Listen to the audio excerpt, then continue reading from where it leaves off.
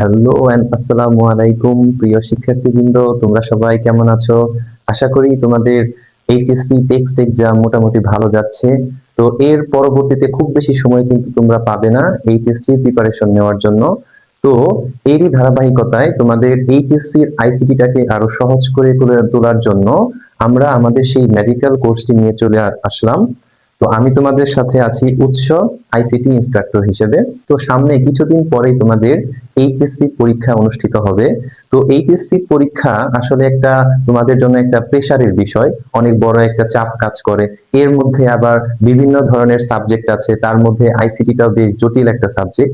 তো এই আইসিটিটাকে কিভাবে তোমরা সহজভাবে পড়তে পারো, সহজভাবে বুঝতে পারো এবং পরীক্ষার মধ্যে এই জিনিসটাকে অ্যান্সার করতে পারো, তো এই টোটাল কোর্সটাকে আমরা এই জিনিসগুলোই দেখব। আমরা প্রতিটা জিনিসটাকে একটু ভেঙে ভেঙে পড়ার চেষ্টা করব এবং এই জিনিস সম্পর্কিত যে আমাদের বোর্ডে যে রকম কোশ্চেন গুলো হয় বা কোন টপিক গুলো তোমাদের জন্য ইম্পর্টেন্ট, এই জিনিসগুলোই আমরা টোটাল এই কোর্সটাতে আলোচনা করব। তো আমাদের সেই ধারাবাহিকতায় আমরা আজকের প্রথম ক্লাসটি নিয়ে চলে আসলাম।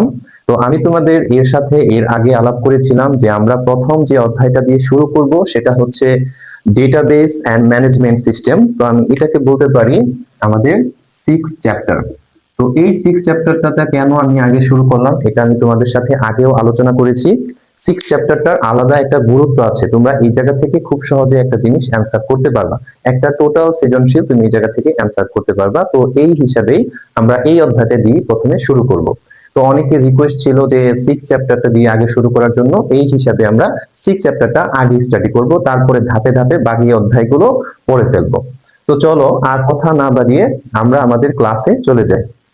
তো আমাদের আজকের ক্লাসের পড়ার বিষয় হচ্ছে, সর্বপ্রথম যে জিনিসটা দেখবো সেটা হচ্ছে ডেটা, তারপরে দেখবো হচ্ছে ইনফরমেশন, তারপরে দেখবো ডেটাবেস। এই তিনটা জিনিস আজকে আমরা আলোচনা করব। তো আমরা চেষ্টা করব এই জিনিসগুলোকে একটু ভিন্ন উপায়ে বোঝার জন্য। তোমরা অনেকভাবে অনেক জায়গায় অনেক থিওরিটিক্যাল জিনিস পড়েছো, বাট আমরা একটু এই জিনিসটাকে একটু প্র্যাকটিক্যালি বোঝার চেষ্টা করব। আমরা খুব ডিপলি পড়বো না, বাট আমরা টোটাল জিনিসটা একটু বুঝে বুঝে পড়বো, যাতে পরবর্তীতে এই জায়গা থেকে কোনো কোশ্চেন হলে আমরা সহজে অ্যান্সার করতে পারি। এবং আমরা প্রতিটা টপিকের এইরকম গুরুত্বপূর্ণ পয়েন্টগুলো আগে আলোচনা করব, যে জায়গা থেকে তোমাদের ক, খ এবং এমসিকিউ এর কোশ্চেন হতে পারে। তো আমাদের সর্বপ্রথম যে টপিকটি হলো সেটা হচ্ছে ডেটা। তো এই ডেটা জিনিসটা কি, দেখো এর পাশে আমি আরো দুটো জিনিস লিখে রেখেছি, একটা হচ্ছে উপাত্ত আর একটা হচ্ছে কাঁচামাল। তো তুমি বলতে পারো যে ডেটাটা ওয়ান কাইন্ড অফ একটা উপাত্ত বা এলিমেন্টস বা কাঁচামাল। তো আমি যদি ডেটার সংজ্ঞাটা খুব সুন্দর করে লিখি, যে তথ্যের যে ক্ষুদ্রতম একটা একক বা একটা অংশ, সেটাকে আমরা কি বলতে পারি, ডেটা বা উপাত্ত। ওকে ভাইয়ারা?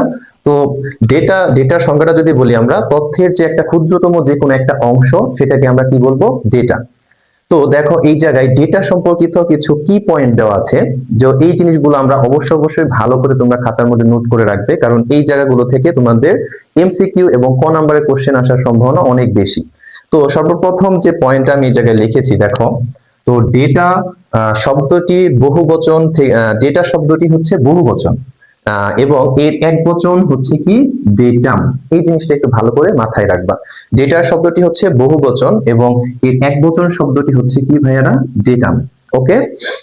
তো তারপরের পয়েন্টটা হচ্ছে, এটি তথ্যের একটি অংশ যা হচ্ছে বা একটা এলিমেন্ট। তো তোমাকে আমি একটু আগে একটা কথা বললাম যে কোন একটা তথ্য নিচ্ছ, এই তথ্যের যে কোনো একটা অংশটাকে আমরা কি বলতে পারবো, এলিমেন্ট বা হচ্ছে ডেটা।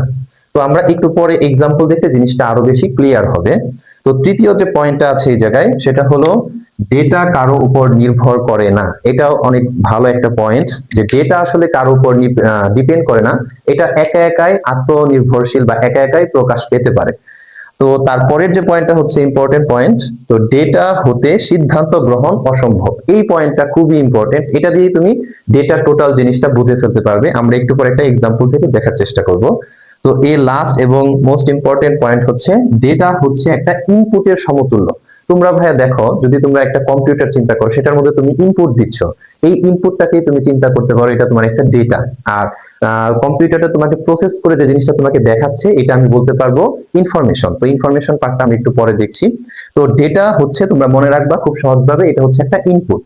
তো আশা করি এই ইম্পর্টেন্ট পয়েন্টগুলো তোমরা খুব সহজেই বুঝে ফেলতে পেরেছো। তো আমরা এখন কি করব, এই ডেটা রিলেটেড কিছু এক্সাম্পল দেখব। তো সর্বপ্রথম আমি এই জায়গায় একটা এক্সাম্পল লিখে রেখেছি, দেখো। তো এই এক্সাম্পলটাতে তোমরা দেখতে পাচ্ছ আমি এই জায়গায় কিছু জিনিস লিখে রেখেছি, যেমন আসিফ তার ভালো গান বেশি বুঝে পারে ভালো, এরকম অনেক কিছু লেখা আছে। এখন তুমি বলো তো দেখি, এই জায়গা থেকে আমি তোমাকে যে পড়ে শোনালাম আসিফ তার গান বেশি পারে, এগুলা থেকে তুমি কি কোনো আসলে অর্থ বের করতে পারছো? না। ডেটার এই কথাটাই লেখা হয়েছে, ডেটা হতে কোনো সিদ্ধান্ত গ্রহণ করা যায় না। এই জায়গা থেকে তুমি সিদ্ধান্ত কোনো গ্রহণ করতে পারবে না, কারণ আসিফ কি করতেছে বা আসিফ কি খাচ্ছে এই ধরনের কোনো কিছু এই জায়গা থেকে তুমি সিদ্ধান্ত গ্রহণ করতে পারছো না এটা দেখে।